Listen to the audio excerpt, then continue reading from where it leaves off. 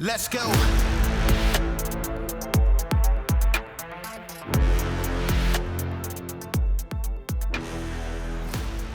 Welcome to Citizen. We got a very special guest today. Actually, well, not technically your second time since it's a different show, I suppose, but more or less the same. Sunil Sharma. How's it going, buddy?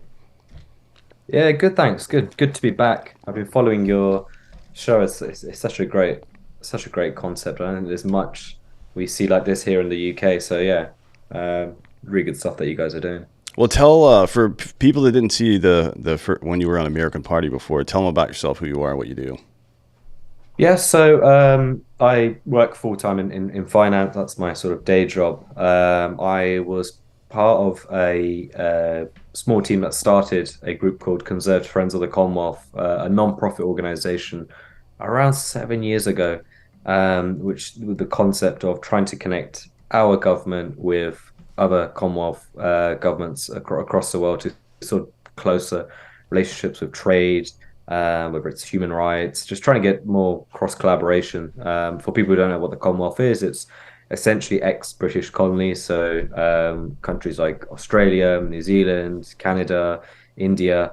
So we were trying to build closer ties with these countries, and after the European Union, so after we'd exited European Union after Brexit, the referendum vote that had happened, we thought this was a really good opportunity now for the country to be more focused on building trade and building relationships with people that we have a bit more historic and cultural history with.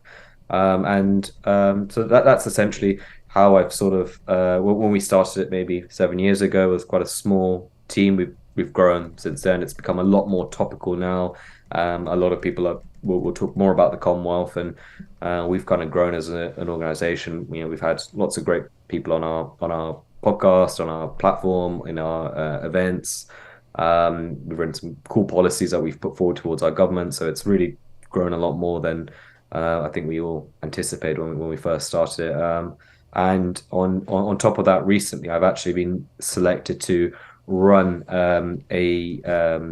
run as a candidate here in Maidenhead, Cox Green. It's a small town just outside of London. So I'm one of the candidates to run as a councillor in local government. So it's a bit different setup we have here in the UK compared to the States. You essentially you kind of look after a small area, a small ward was what we call it here. And I'll be doing that if I win in May. Sure, that's great, man. Yeah, the only people ask me all the time about politics and running for office and stuff is like, no, but the only way I would ever even consider it is at that level, at the lower level, because that to me is the only that's the only kind of politics that makes sense, to be honest. I mean, I yeah, I totally agree. I mean, so for me, with the Commonwealth stuff that I've done, I've naturally, I am a Conservative Party member. That's the party that I'm, affiliated with, and I've had, I'd say, a fair amount of pressure or pushing for me to run sort of nationally as one of the sort of members of Parliament and all this sort of stuff. And I've regularly said no, it doesn't really interest me.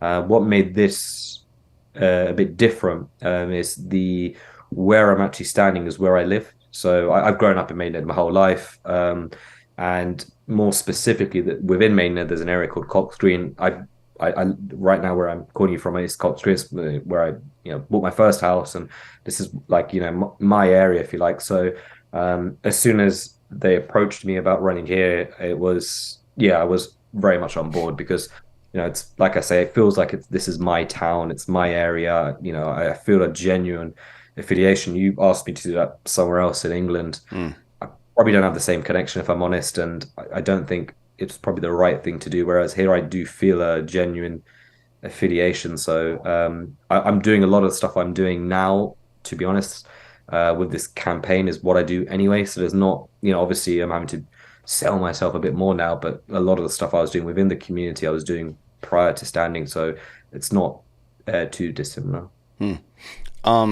So you're a member of the Conservative Party, the Tories, as most Americans would not know that, but that's what that's called there. Tories and Labor, that's the divide over there. So we have Republican and Democrat here. I'm curious about The last couple of years for the Tories have been kind of tumultuous, I guess, is a kind way of putting that. But is it are they like the Republicans here in the States, meaning they're not really conservative anymore? Because that's kind of how it is here. Republicans here are not. I mean, they're looking to pass bills and do stuff when and really they should be looking to like eliminate parts of the government, right? That's what conservatism is. You keep the government as small as possible, but that hasn't been the case in conservative or in Republican politics, I guess, for a very long time. Now I know the Tories led the charge on Brexit, which now looks like it's going to work out. Interestingly Yeah. enough, and you can update me on that as well. But I wonder if there's that same kind of disconnect between conservatism and people that call themselves conservative. Definitely. I think it's been I've said this quite a lot on all the media stuff. I've said that there are at times feels like there's a lot, there isn't much conservative about this current conservative government, and there hasn't been for the last, even prior to COVID. I think COVID made things obviously a lot worse with this sort of massive amount of state intervention. Um, and a lot of us were, especially maybe at the start of COVID, when the first lockdown, we were like, okay, we didn't know what this was. And we kind of were a bit more understanding a bit post the first lockdown, after the first set, when we started to get more data and stuff on it. And then we didn't see the government relinquish that power so quickly. That's when it really started to kick in.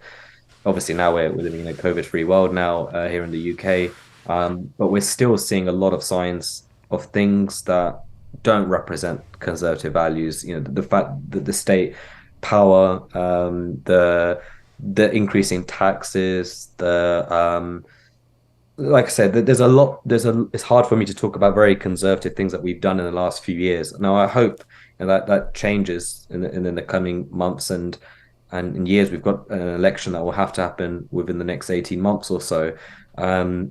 But I do think there is a definite divide between, if you like, our members, so people like me, conservative members, and the actual party itself. There does seem to be, from the members I talk to within our group, Conservative Friends of the Commonwealth, and what's happening at government level, there is a massive divide of what's happening. And I think we have to be really careful that we don't necessarily lose that, if you like, that base of people that will come out and always vote conservative. Because if they don't see conservative values being placed, will they come out and vote as much as they do? It's questionable. Sure, yeah. I mean, I can't speak for the UK, but certainly here in the States, people are feeling more and more politically homeless. You know what I mean?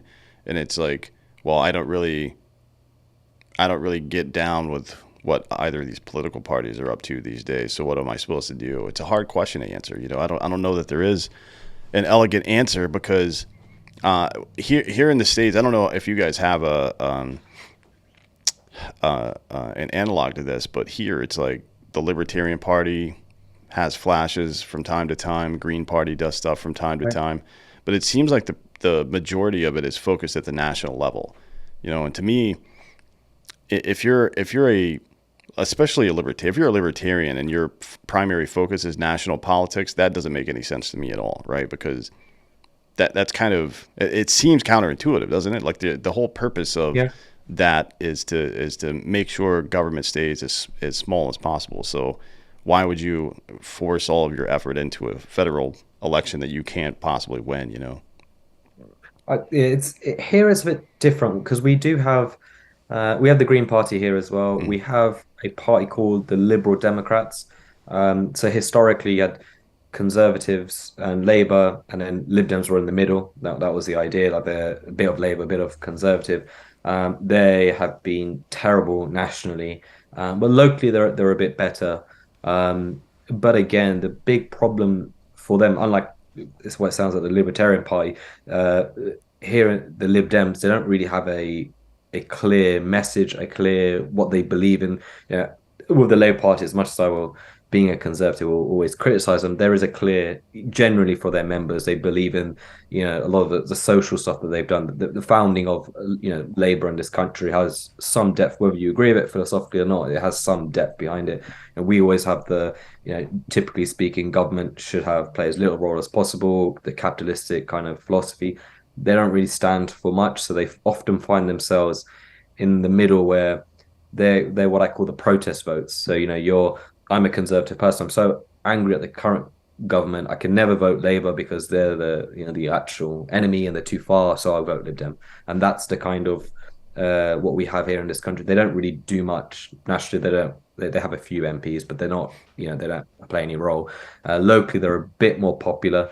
But again, if you ask what they actually believe in, what gets them going, what gets their activism going, a lot of the time it will be we hate the Tories or we hate Labour Mm, or whatever in that area, wherever they're situated. That tends to be the messaging, as opposed to saying, we're really focused on actually, enforcing, making sure our civil liberties are, that we hold these, or that they have, I don't know, the NHS needs to be saved, and we need to make sure everyone has free health. There's no real clear. They kind of flip to whatever's the socially cool, trendy thing that's going on. sure. Um, yeah, I mean, I think it's kind of the same here, to be honest. Like people still widely view libertarianism at any level as a protest vote because no one's really won any major elections. I mean, people who espouse libertarianism, I guess, have won a couple times, but they don't really last long in politics, and they never win under the libertarian banner. It's always Republican, typically. I guess. I think one independent at the federal level is one, but anyways, catching up with the whole Brexit thing. So, can you run me through? Give me a brief history of this stuff and where we are now.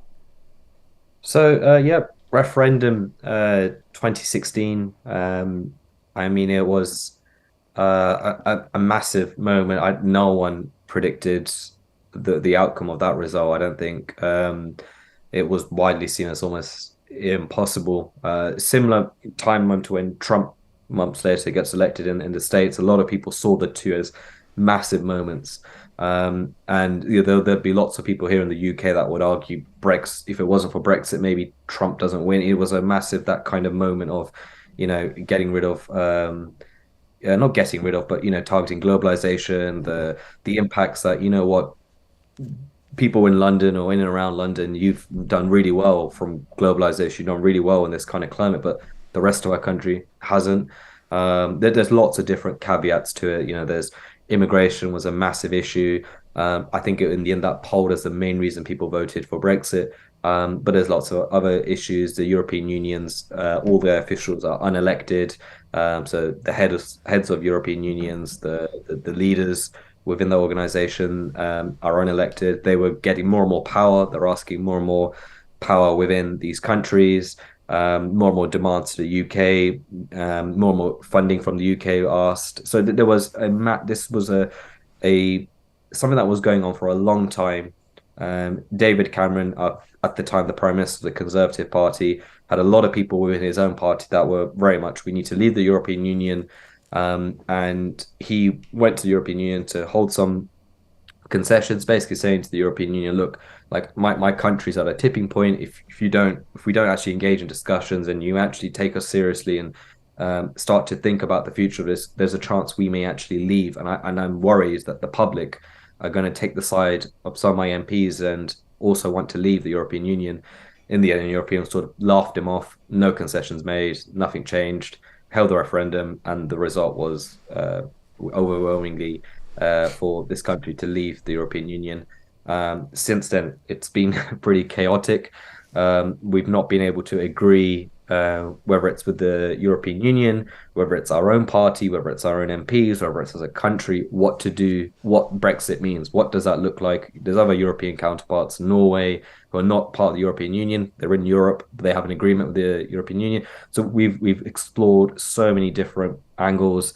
The biggest problem we first had was agreeing as a parliament on what that looks like.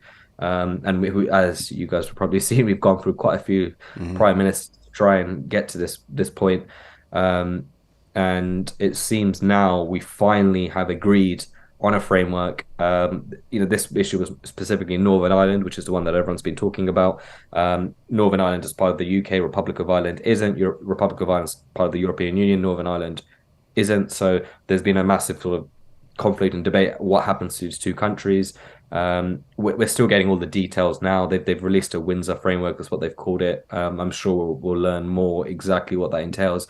all we now know is that the European Union and the UK are in agreement of Brexit, of a comprehensive Brexit deal happening. So, if you like, we are officially 7 years later leaving the European Union. So, yeah, it's been a pretty crazy 7 years. There's been times when this looked like this was never going to happen.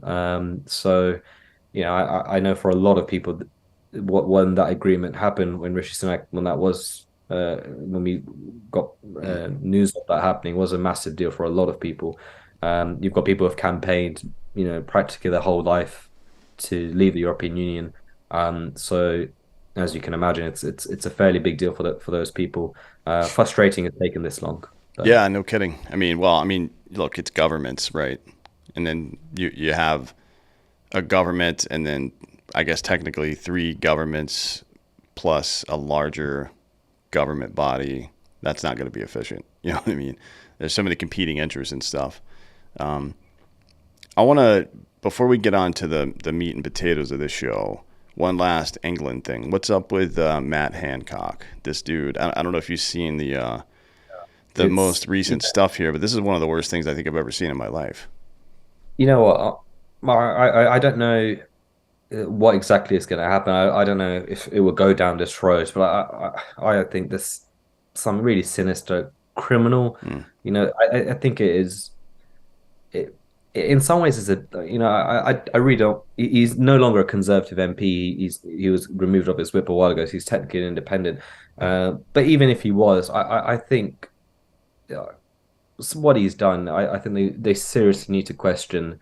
Um, the criminality of it. The fact that he allowed his WhatsApp messages to be controlled by a journalist, a man who's the health secretary, probably the third or fourth most powerful person in our country, on just a basic security level, that is just crazy to think about. That exposure that a journalist can have over one of our leading politicians. And then before we even go into the rest of what happened with COVID, in terms of the most recent thing that we've seen is about how he wanted to introduce the new variant to the public in a scary way to scare them as much as possible, was his exact words. Mm. Uh, I think it's really sick, and there's something I don't know what goes on in his head. To be honest, it's I think he's going down the celebrity route. It's clearly that he was on a British show called "I'm a Celebrity" here, where you go in the jungle for I don't know the exact period, maybe a month or two, and he clearly is going. It seems to be doing a celebrity. That's where he wants to go, I think, as opposed to being helping his country. But it is really damaging just as a country. The fact that we had a health secretary that was willing to compromise serious bits of information to a journalist and quite frankly paint a picture of trying to instill fear into his fellow country members. I think there's something really twisted and wrong. And it's a shame looking back at some of these messages that Boris, the prime minister at the time, didn't actually go with his gut, with his intuition. He's repeatedly said in a lot of these WhatsApp messages, and it's all been leaked now. We can see all the messages of him saying stuff like, "So this new variant or this virus you're talking about, it only affects people over the age of 80. The mortality, is it really fair that we're going to shut down a country and an economy for a group of people that are at risk? That the ones that are at risk are over 80, and even those ones, they've got a strong mortality rate." And he even starts saying stuff like, "I think they would understand that we can't do this for future generations." It's just a real shame he didn't really go with that gut, I think, looking back in hindsight. Um, but yeah, I think Matt Hancock, I don't know if it will happen, but I think there's some seriously criminal charges that surely must be placed on that You would man. think so, right? I mean, a truly detestable human being he is. And now Boris is maybe positioning himself to be prime minister again. We'll see. That'll be look. The next year and a half is going to be pretty interesting for you guys, politically speaking, and Yeah. I guess for us as well. The shit's going to hit the fan here too. Um, for those of you who don't know, um, Matt Hancock was England's health secretary, which is like as you said, a very high-ranking position in the government, especially during a time of a health crisis. He's your Fauci, basically, and Yeah. but with considerable more power in England than Fauci has here. Fauci's an advisor. He can't set policy. Matt Hancock had the ability to actually set policy, which is different. And you can read all this stuff. The Telegraph did a great piece on it. It's crazy, just giving up your private government messages to a journalist like that seems like it's criminal. Colluding with the media to scare people seems, if that's not criminal, maybe it should be, right? I mean, that seems Yeah. problematic. At any rate, let's get on to the actual show here. So the show Citizen is named as such because of my favorite definition of a citizen, which is a person who has the rights and responsibilities conferred to them by, being a citizen of a state, whatever it happens to be. The important part of it to me is the rights and responsibilities, right? Because when Ben Franklin said that you shouldn't surrender your liberty for temporary security, this is kind of what he meant, right? Like when you trust higher authorities, whomever they happen to be, to secure your rights for you, they're going to secure them with the means and in the manner that they so choose, not in any way that reflects your needs or respects your rights. They're going to try to leverage that against you, right? So if you're content to just sit back and bitch and moan about your own rights and how they're violated or whatever, without actually doing anything to secure your rights, then you're just a subject, right? And it's 2023. We're kind of past that at this point. I mean, people have a lot of power these days, and for some reason, we keep trading our power in like tokens, to get iPads and hot pockets and shit like that, right? Just to get some mild convenience into our lives, which seems ridiculous to me. But getting into the principles, you picked several, but let's start with the first one here. I'll do something every day to help my country. My countrymen are all men. Why did that one jump off the page to you? I think for me with the UK, Britain, England, I have a bit of I think it's like a special a feeling. And I used to think it was just maybe me or there's not too many people like me in the sense of both my parents weren't born in the UK, they were born in India. One of my parents came, my mum came when she was 9 years old. My dad came in his 20s.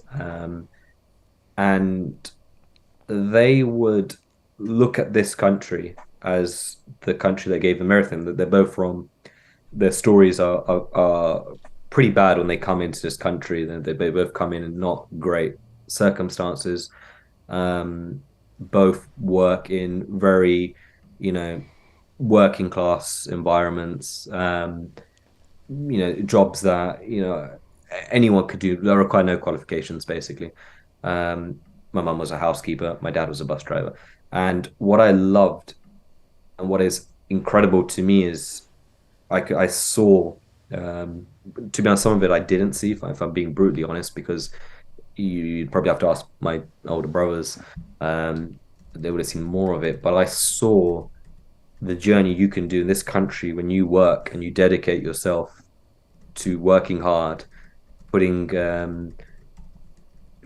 making incredible sacrifices. You can really do something in this country. You can go from being very working class, very poor, and in that same lifetime be living in an area now my parents live near where I live here, in Windsor, Maidenhead, into one of the more affluent areas of the UK. You can do that within 20, 30, 40 years.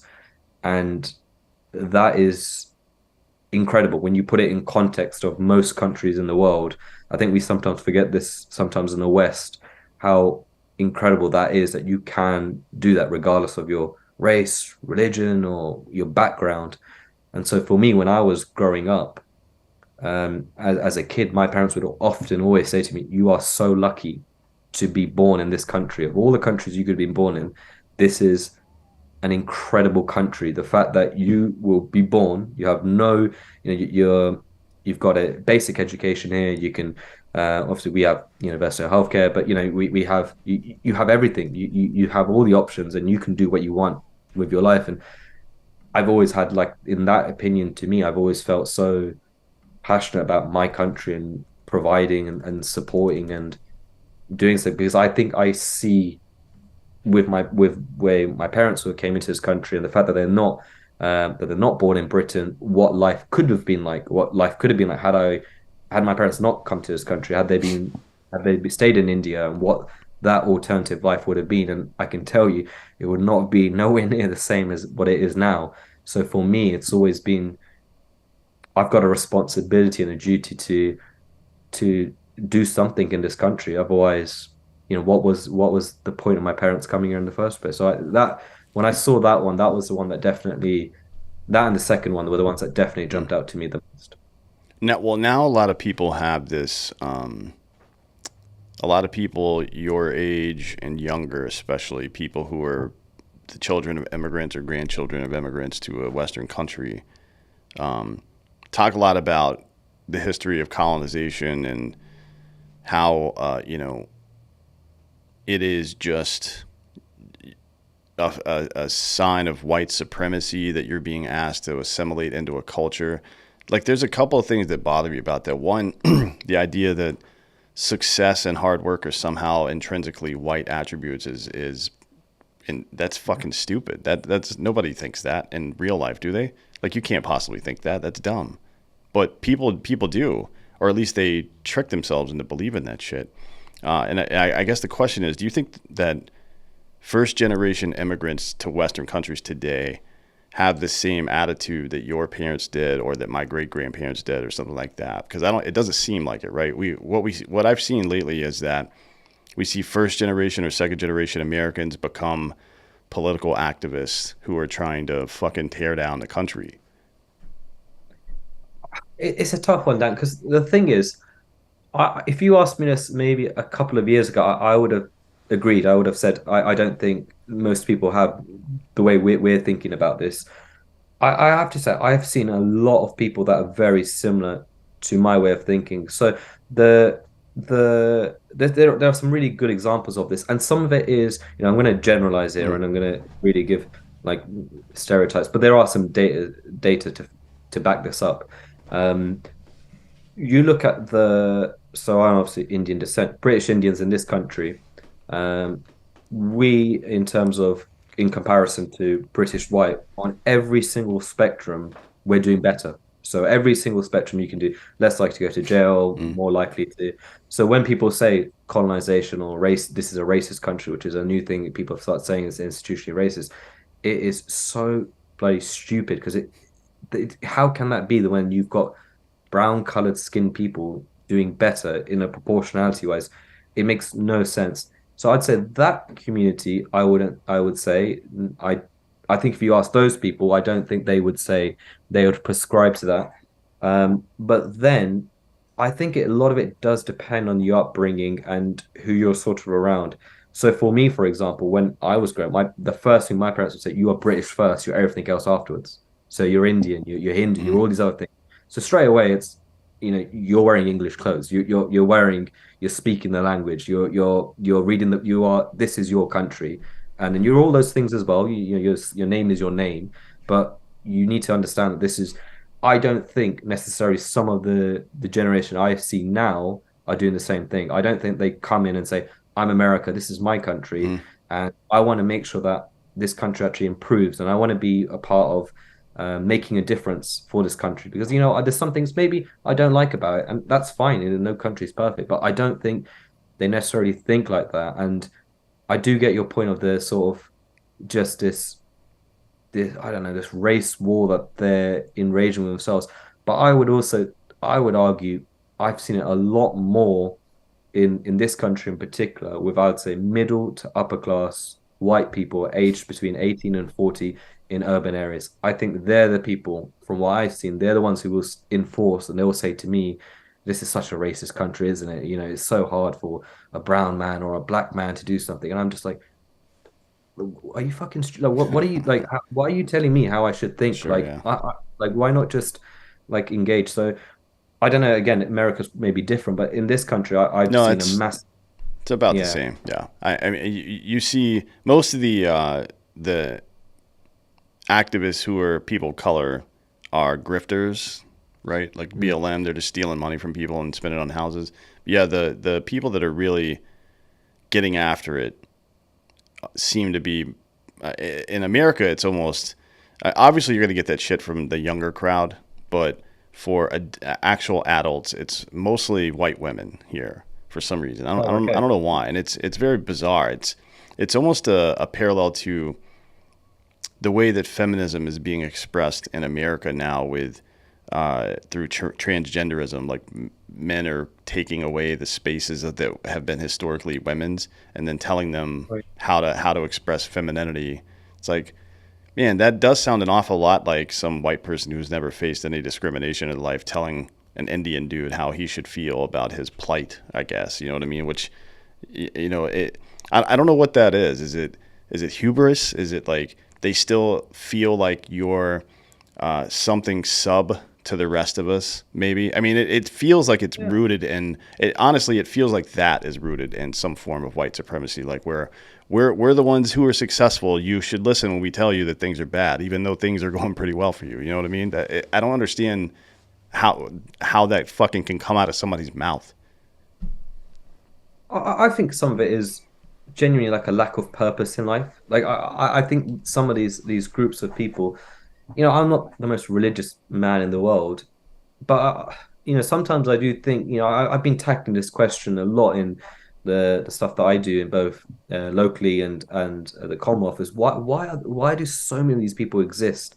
And some of it sometimes I think is just a lack of purpose. I don't think these people have they're not sitting there with real jobs. They're not sitting there trying to, if you're working 5 days a week and you have a proper job and you're trying to pay for your mortgage or rent or whatever you're doing, I just don't think you have the time to think about these things. I don't think you ask my parents and you ask other immigrants, parents.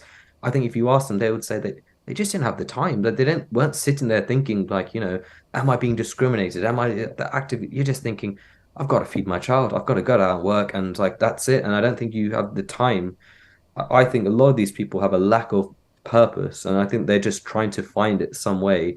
And this makes them feel really righteous and makes them feel really good that they're helping vulnerable victim people who have been historically, shitted on. So now I'm Mm. going to be the savior of some sort. When it's the best thing these people, a lot of them could do is get a job, try and one day get a family and be a good neighbor, be a good father, be a good husband, be a good friend. If you could do those things, I think you're doing so much for society, just that alone. But for some reason, that group decides, I think it's better if I, start tearing down buildings, tearing down statues, tearing down institutions that have no relevance to what they're talking about. So I'm starting to think for a lot of them, I think there's a lack of purpose in their lives, and I think they're trying to find something, and this seems to be the thing that at the moment they're finding. Yeah, I mean, I've always given people this advice. Just because you disagree with somebody's solution to a problem doesn't mean you should just that you should believe the problem doesn't exist, right? So where there's smoke, there's fire. I guess is an American way of putting that, but it's like whether it's the problem that they're even defining doesn't really Mm. matter. You're seeing the problem, and I agree with you. I think it is purposelessness. It's just, and it's also a good trait to have that you feel uncomfortable or you feel like things aren't going well, like things are good for you, but things aren't going well for other people, and you have the internal impetus to try to do something about that. We shouldn't shit on that. I don't think. Yeah. And we spend a lot of time doing it because, I mean, in fairness, the things that these people say are fucking stupid, right? But the the motivation I think is correct. They're just captured by an ideology that is blurred the lines between reality and fiction a little bit. So one of the other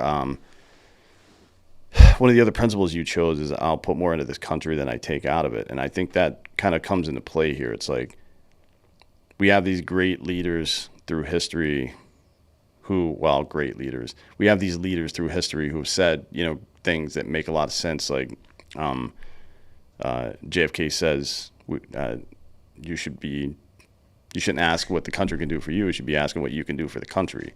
And it's not. I think people take it the wrong way. It's like not that you're a subject of the country and that you should put patriotism above all else. It's because it's a formula that works, right? Like if you put your effort into making things around you better, then things get better, and more people that see you doing that will start to do the same, right? Yeah, definitely. I think I love that one. That's probably one of my favorite ones that of the list of putting more into this country than taking out. Um, I think if we all had that view and opinion, I think our countries would be in a much better place. And that doesn't necessarily mean, like whether it's monetary, like money Mm. or energy or anything. I think it's just having the understanding that when you contribute more in society, you'll get more back as well. Like, it's better that your neighborhood is clean and safe because you can walk at night, and if you decide to have kids, your kids can walk at night. Like there's a mutual benefit from that. Like you will get a massive benefit. I wished, like I know for me personally, like we talked at the start, I've grown up in Maynard. I'm in Cox Green, this is my town, blah blah. But I've always had that feeling wherever I go, when I'm ever, whether it's with work or traveling or whatever I'm doing, I always try to not adapt, but I always try to, when I came, visit you guys in Texas, I always have a thing. I want to go to a sports, something sports related in the country I'm going to, something cultural. I want to eat their food, just so that if I go to Texas, I just as almost a respect thing. I've got to not act like a Texas person, but I show a general cultural awareness Hmm. and have that respect for man. I can't go there and start saying, why have you guys got guns? Like this is so like you've got to go there with an open mind and say, this is, for this 1 week period or 2 week period, I'm in Texas. I'm one of you guys, and I'm trying to listen and adapt and trying to go away. And I go away from that experience thinking, oh, I really liked that about Texas, didn't like that. And I wish we saw more of that from people in their own countries, let alone when they're traveling, let alone when they're going into different places, just to really have that spirit that this, especially when it's your own country, especially when you live there. I think it should be almost without saying that you put in something to this country. There's no point moaning about something. There's no point crying. You've got to try and find solutions. Otherwise, what is the point? I that's my only. Sometimes I feel like in our country at the moment, I know social media makes it so much worse. Is there is a real lack of people who are willing to contribute to. When I said the country, I mean your little community outside. Hmm. I mean your neighbor who can't, who is in their 80s and they can't go shopping every single day, and they like just basic stuff. It worries me sometimes in this country that when I don't see that often, where that kind of, not that sacrifice, but just a general care for your, like your community, your society. Yeah, it's interesting.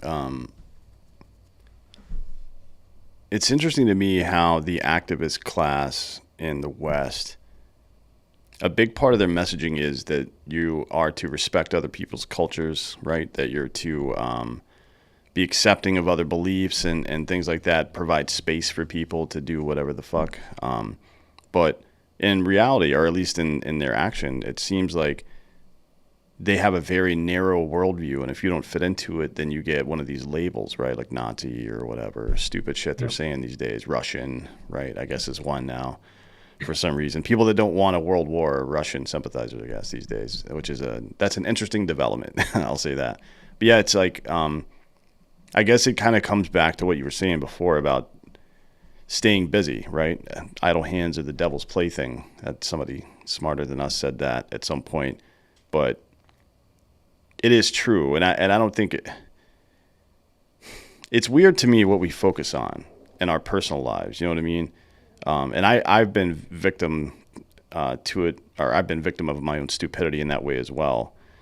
Like we set out a lot of times in life, like I'm going to accomplish X, Y, and Z, and I'm going to be, a lot of people are like focused on being happy. I'm not entirely sure what that means.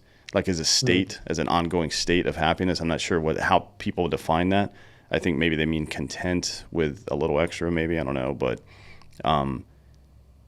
we've done it at the peril, at the risk of forgetting who we are, right? I mean, we are biologically programmed to do certain things, be social creatures, to have children and things like that. And once again in human history, we think we've smarted out nature, right? Or outsmarted nature, rather.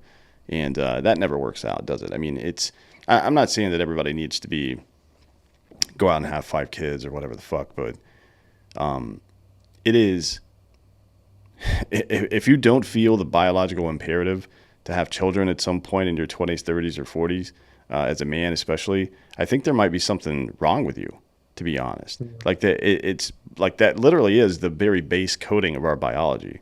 So Yeah. you maybe should ask yourself why that's not the case, or you should say, you know what, maybe I need to prioritize the things that make sense. Like in every other facet of our lives, we approach it with almost well, with some level of scientific rigor, right? So if I want to lose 10 pounds, I can know how to do that. Just a caloric deficit for a long enough, probably 10 weeks to lose 10 pounds, something like that. Like there's a method behind the madness there. We know exactly how to get it done. But for some reason, when we decide what we're going to do with our lives, we don't really respect that same strategy. Mm. It seems bizarre to me. But I mean, again, I've fucked that up myself in my younger days. So I wonder what that is. I wonder, maybe it's just all the distractions these days. Maybe it's the relative comfort and convenience of modern life. You know what I mean? Where you don't have to necessarily fight to stay alive all the time. So now I've got time to look in the mirror, and that didn't turn out too well for narcissists, did it? No, I agree. I think, unfortunately, a massive, I'm 100% guilty of it. Um, I don't think there is like a universal answer, but I do agree with the being a father, being you know, um, that biological aspect seems to be ignored. And I think it's so easy for us to get our quick fixes now Mm, of happiness. I'm definitely guilty of it, and I think a lot of the energy and a lot of I think there's a lot of lost people in general. I think maybe, we think we're probably smarter than we've ever been. We're definitely technology way ahead than we've ever been. But I think there's a real amount of lost people. And sometimes, I think we're the information age, but this information, just because you have more information doesn't necessarily mean you have more knowledge. And I think we're the age of information. We've got information overload. We can find out anything and everything that we want. Um, and sometimes I think we miss the basic stuff of just being a good friend, being mm, a good being a good partner, being a good that basic kind of stuff seems to be instead I'd rather and I'm guilty of it. Instead, I'd rather sit here and spend 3 hours researching about Russia and Ukraine. Likely it's going to have zero impact on my life. Okay, yeah, inflation, whatever. But the actual physical, it's not going to realistically impact me. Um, and I'd rather do that because, and in some ways, that's actually easier as well than for me to sit here and say, I've actually been a shit friend for the mm, last 3 years to this person. I've actually been a shit partner, shit boyfriend. It was so much easier for me to say, you know what? But you know what I'm doing? I'm actually on Twitter and I'm actually educating people about why everyone should be a vegan. And that's so much bigger and it's so much more important because, I'm influencing loads of people when I'm being selfless because, I'm not focusing on, trying to get a wife, trying to get married, trying to have kids. I'm doing something bigger than all of this. And I'm going to tell everyone that veganism is the way forward. And so it's this false rightfulness. I don't know the word, but this false kind of beliefs. And I think if you ask those people deep down, are they happy in their lives? I think the resounding answer is no. I don't think they're at all fulfilled. Maybe they are for the early part of their 20s, mm, and maybe I think once you get past that stage, I think if you ask those people, I think they're deeply unhappy, and I don't think they are remotely fulfilled. And I think sometimes these small, like you said, biological things that we're programmed to do are probably the most powerful and arguably the best things of life. So I think um, I think there's a real lostness that Mhm. social media and information in general, I think, has caused like this generation Yeah, for I sure. agree. I think there's an element of this whole cult of self care has been very damaging for Western society. You know what I mean? Where it's like, at what point, in what philosophy ever in human history or religion or anything like that has it been noble to put yourself before other people? You know what I mean? Like this is a relatively new thing. Now you could Mm, say the Epicurean stuff where he just wants to be a little hedonistic and shit like that, but there's still this underlying thing where it's like, well, you don't do stuff at other people's expense, and you mm, certainly you at least put some effort towards the common good at some point. And it's fooled a lot of young people into thinking that struggling is a bad thing, that sacrifice, that pressure, you know what I mean, or there are bad things. So people will say something like, "Well, I don't want to have kids because I want to travel, or I want to improve my career for a while, or I want to do this, or I don't want the responsibility." It's like you may think that, right? But that's not true. And if you ask, our parents' generation, like, were you ready to have kids? They're like, no, nobody's ready to have kids. You just fucking do it, man, mm. because that's what you do, right? But we've kind of evaporated all of the resiliency out of our culture now, and it's starting to show major impacts. I mean, for the first time in a very long time, we're on pace to start for the population to start dropping in major countries across the world. Like, not even just the United States. China's having a problem with this as well, which you wouldn't have thought that would have been the case, right? Oh yeah. Well, I think it's worrying. I see it so much in the UK, um, and I genuinely don't necessarily have the answer. Like sometimes I sit there and I think, you know, religion has its part and it has played its role. There's clear issues when we've seen just throughout history when that religion has become too powerful and we have too much influence from them. Um, and I've really tried to think about what the kind of solution is, and I've just come down to the general. It's about your I really simple. It's for men being aspiring to be good fathers, good husband, good sons, and good friends. I think if you can adopt those basic principles, and maybe you can't actually have kids, maybe it's too late, maybe it's whatever. But I think if you aspire for those aspirations in life, I think you'll be a much better person than anyone that's on than any of these political activists, than any of these groups of these organizations full of people who are ramming down their Mm. philosophy into people's mouths. And I think you'd be a would be much better society for it. And I think the way to promote that is very, very difficult in this country. And I'm guessing it's the same in for you guys. It's you're labeled a traditionalist, a Mm. conservative, and all this sort of stuff. And I take it back 20, 30 years ago, that was just normal. It wasn't political. It wasn't an ideology. It was very basic. Whereas now, I think it's even saying something like what I've just said, I think that would be considered a political ideology for sure. I don't think it would be um, considered anymore as just a general moral thing to do in society. So I think it's a challenging one.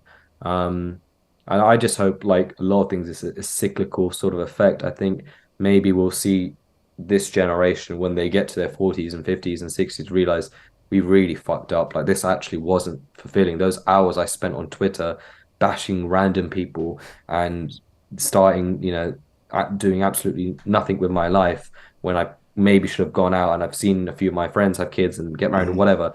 And I think maybe that's what will happen. Maybe that will happen in this cycle, and the next one will be a bit more caring and thinking of these things. Yeah, you would like to think so. I mean, it does seem like we spend a lot of time valuing the opinions of and hating people that we don't know. I wonder if this has happened before in Western history at least, where it's like so much of your validation comes from people you may never meet, like this vegan crusader you characterized. Maybe they see some data at some point that more people are vegan, but helping a kid learn to ride a bicycle and seeing the joy in that kid's face after they learn, whether it's your kid or not, it could be some dick from the neighborhood, right? That you get like a genuine experience with another human being where you've used your wisdom, strength, power, knowledge, whatever it is, to help that child or help that person, even if it's just, another adult. And then you get immediate feedback from that. Thank you. You're like, you're welcome. That was good. But I can, yeah, I you help can. someone in the aggregate, and you don't ever get that genuine feedback again. Instead, we've become addicted to like trivial feedback in the form of dopamine hits from people we'll never meet in real life. You know what I mean? That seems very damaging. I couldn't agree anymore. Like, for me, like I can think of so many examples. Just growing up, I know I talked earlier about me sort of running as a counselor for where I'm running. The history behind that, going even further back, is my dad um, was actually a counselor where I grew up. It also made in a different part called First Plat, and um, I remember back then, just little things like he'd fixed a bench. He didn't physically fix the bench, but he made people aware this bench was basically broken in this park, and you literally saw, I think like two people in their 70s are almost like in tears, like just so happy that somebody's fixed and gone out and done something. That kind of value, that kind of feeling that you get from physically helping someone and seeing the reward is just incredible. And I've seen it, my local community, just little stuff like getting someone to fix a street post, a street lamp, Hmm. and like it's different. And even though I would argue my Commonwealth stuff I do a lot bigger and it's a lot more,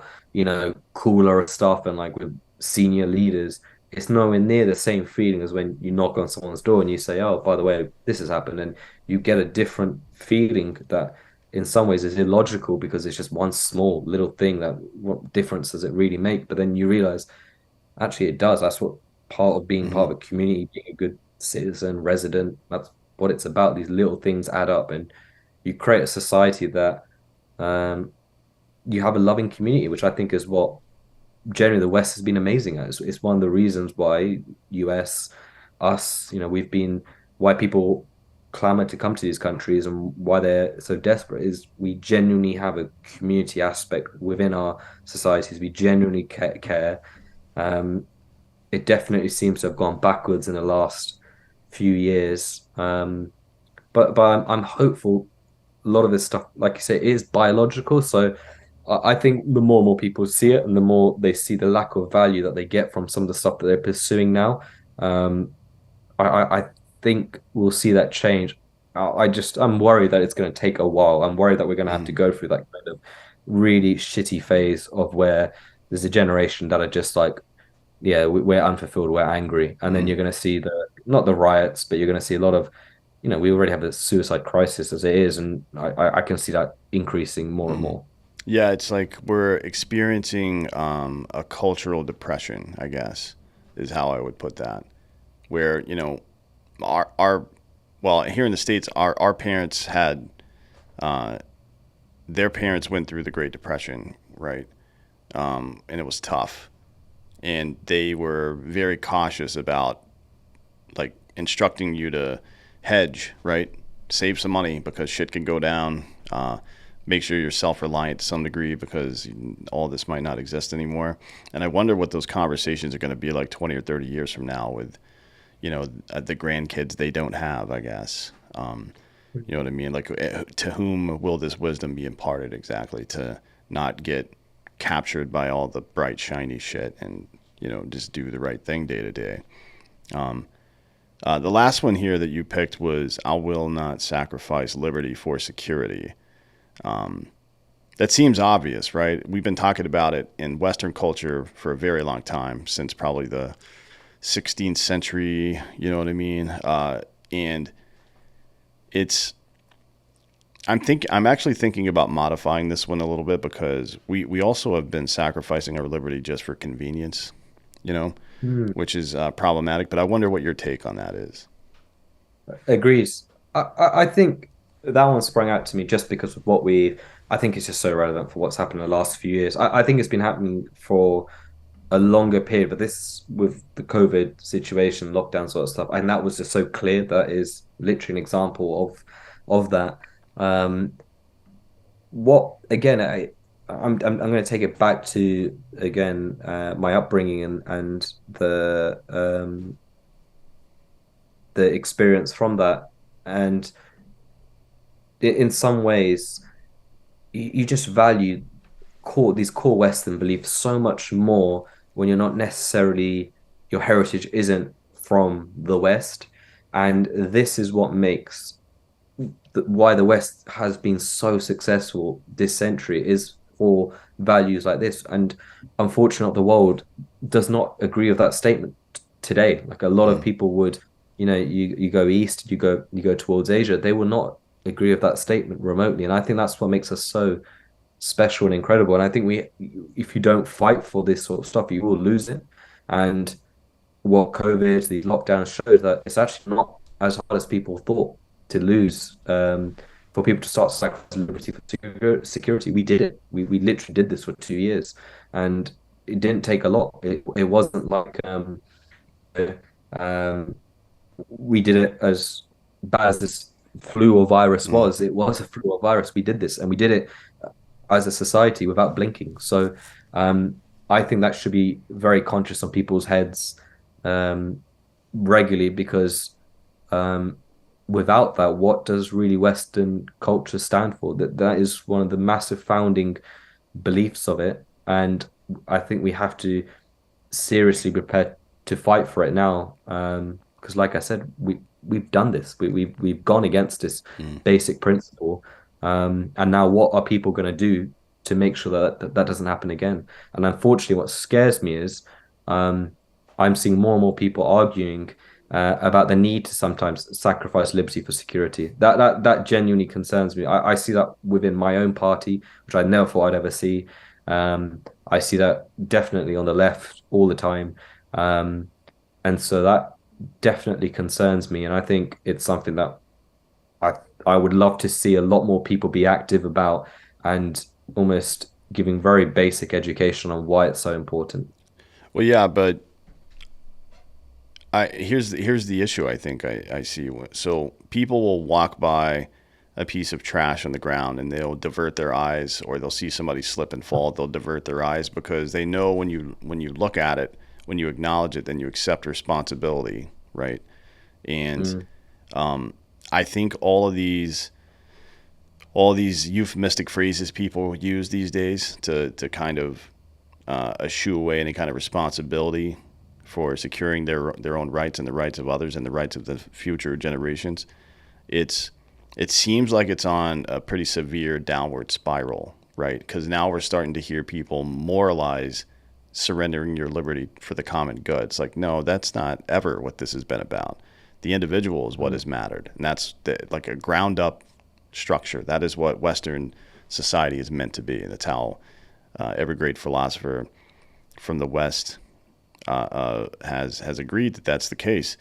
And now it's like once you admit these things, that state power can be leveraged against you at any moment, then you have to start one fighting back against state power, and then two, you have to start doing the things that the state was doing for you, right? So you have to start getting involved in your community and your infrastructure in your community, like not just the community itself and how everybody's doing, but the power, the gas. You know what I mean? Like you have to start taking the bridges and roads and stuff. You have to start taking some responsibility for the things around you, and it doesn't seem like the bulk of folks are really into that. And that's one of my main goals with all of this stuff that I do, is that just to make people realize that there is no trustworthy person at the state, and a good statesman would never demand or ask that you just trust them, right? Because that's not how that works. It's like any other business deal. Like, here's my credentials and bona fides. Here's my plan. Let's do this. But if somebody was just like, just trust me.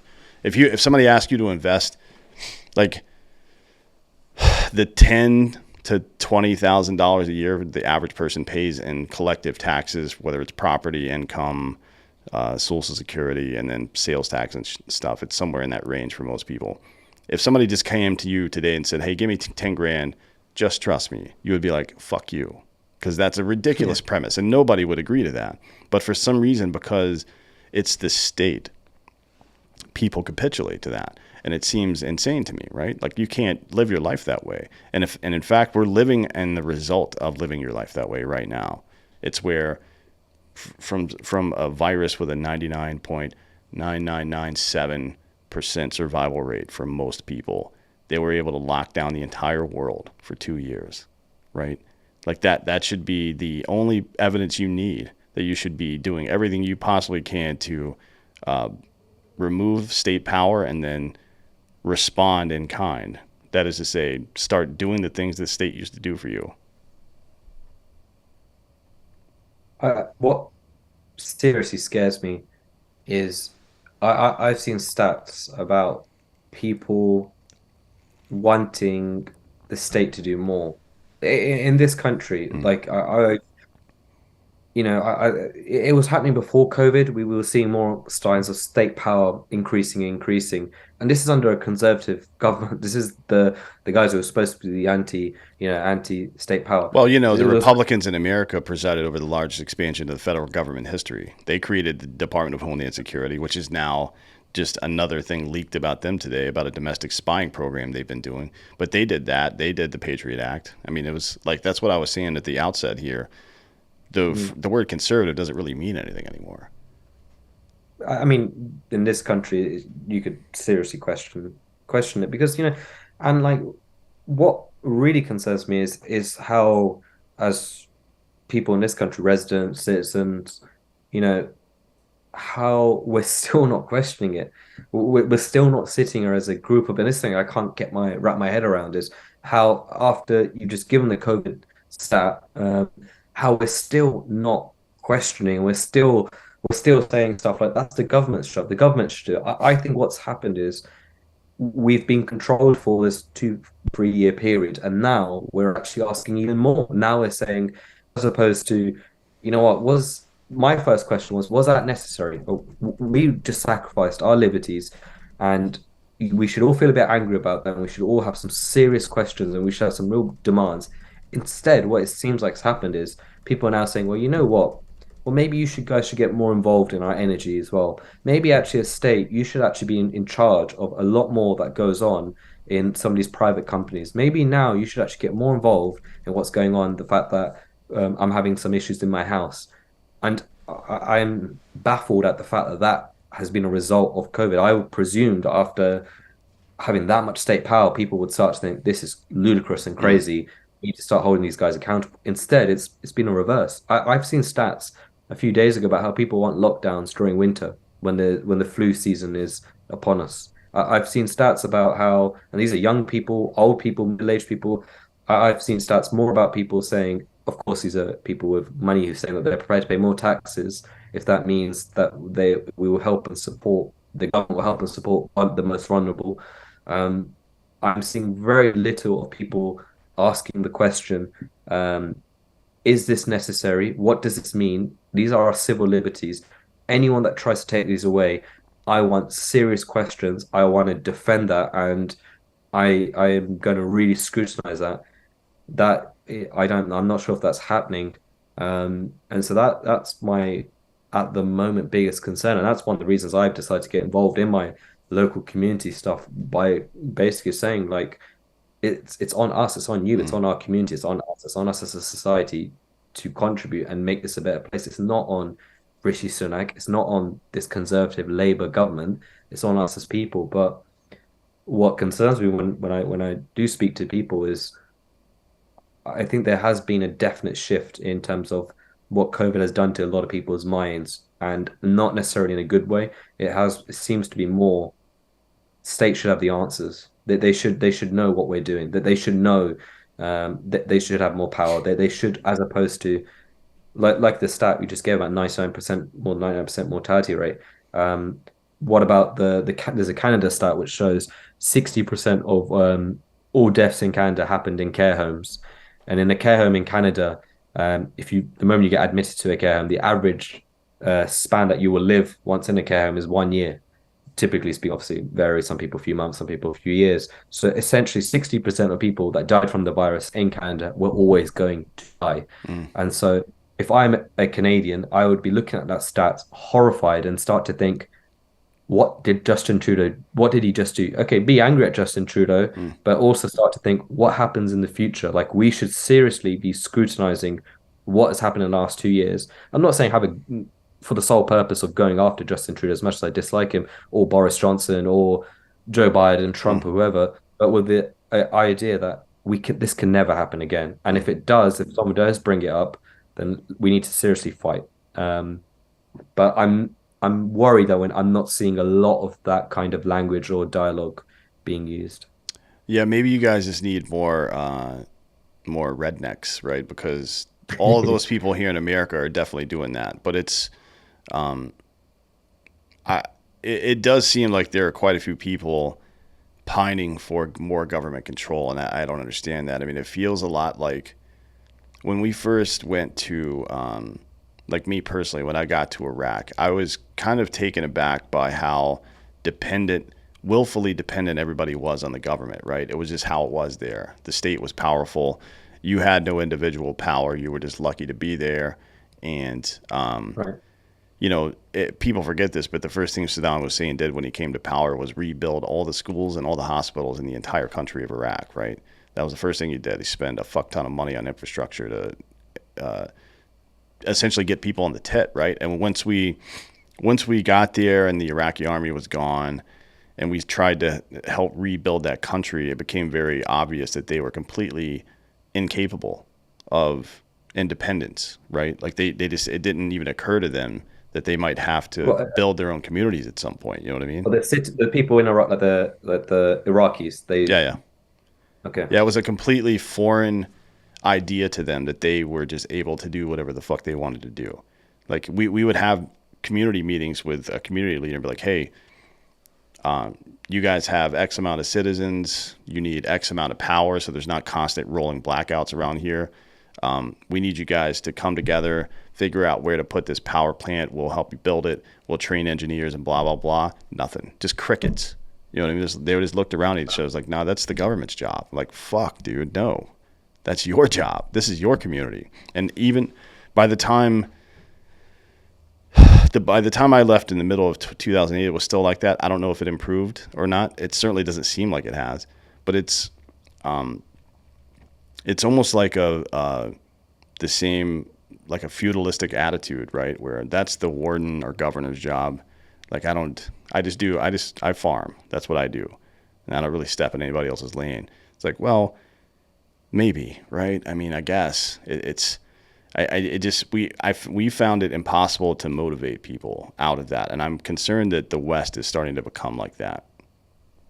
Well, here we've had talk of digital currencies, similar. I don't know if the US were part of that discussion, but I know our government was when we talked about digital currencies, similar to this style of how China use Mm. uh, China use it there, and so there seems no sign of it slowing down here. Um, what my what I'm hopeful is that within our party, within other parties, there are people out there that are very much pushing against this. There are people who are vocally criticizing things, but they are often ostracized by the media. Mm. The moment you start this dialogue here in the UK, you're 100% far right. We don't use Nazis much, but far rights definitely we will use. And yeah, you're pretty much drowned to the abyss. You can't be having these discussions as freely on UK sort of media channels and stuff, and it does genuinely concern me. And you've given a good example of Iraq. There's one of my really good friends is Egyptian, and he gave a good example of when they revolted and removed President Mubarak. Mm. And I remember saying to him at the time, "This is amazing. Like your people have stood up to your evil dictator, and you've just, And he was like, "Well, the thing is, like what you don't understand as a Westerner is there are in our countries and in the way it works in the Middle East." We're not a flowing democracy out the way our culture is, where our religion is. we function on a dictatorship. Mm. It's very difficult for us. The way we have a strict code of laws, it's different to here. And I hope and pray we don't go down a similar route where, I don't think we'll ever necessarily go that far, but we go down this route of state intervention. What I keep thinking on the more positive side, this is a cycle, cyclical, like the 60s, like the 70s. I think US had a similar issues with Jimmy Carter, Mm. and we had our issues here with Labour Party. Then comes Reagan and Thatcher to come in and make these massive sort of changes. I'm hopeful something like that will happen here in the West again. Um, what form that comes about, where it comes from, to me isn't very clear at all. But I'm hopeful in overall, the fact that you have a show like this and we can discuss things like this would give me the confidence and belief that this is a temporary but very scary blip in the West. Well, let's hope so. We'll keep an eye on it, and we'll keep an eye on you as well. Keep us updated on your campaign. We got to get out of here, but is there anything else you'd like to share with the audience before we leave? No, no, yeah, it's been great as always. I think it's like I said, I think this whole premise of this show is so relevant. And here in the UK, I know obviously you're mainly speaking to people in the US, but a lot of the issues, a lot of stuff that you've been talking about is so relevant to what is happening here. And um, I would urge everyone to really take these principles seriously. And if you can focus on one and make, actively focus on one and do something about it, I think our countries will be in a better place for sure. Yeah, I do too. Well, look, man, I appreciate you coming today. Tell everybody where they can find you on the interwebs. Yeah, so just my name, Sunil Sharma, UK. I'm on Instagram, Twitter, Facebook, all the usual sort of social media stuff. My group is called Conserved Friends of the Commonwealth. You can see our website, our Twitter, and all that stuff, and you can always see the stuff that we're doing. Make sure you add the UK to Sunil Sharma. It's not surprisingly a very common name. That could be hard. If you just Google Yeah, your you know name, what? you're gonna find a lot. Growing up here in the UK, I used to think it was most like a unique name. I quickly found out when I got like LinkedIn that there's literally millions of us. You may as So well be named yes, John Smith. Yeah, it's crazy. yeah, exactly, exactly. Well, look, man, thanks again for coming today. I really appreciate your time. Thank you, Dan. Yes, sir. And Cheers. thank you all for listening. This has been Citizen.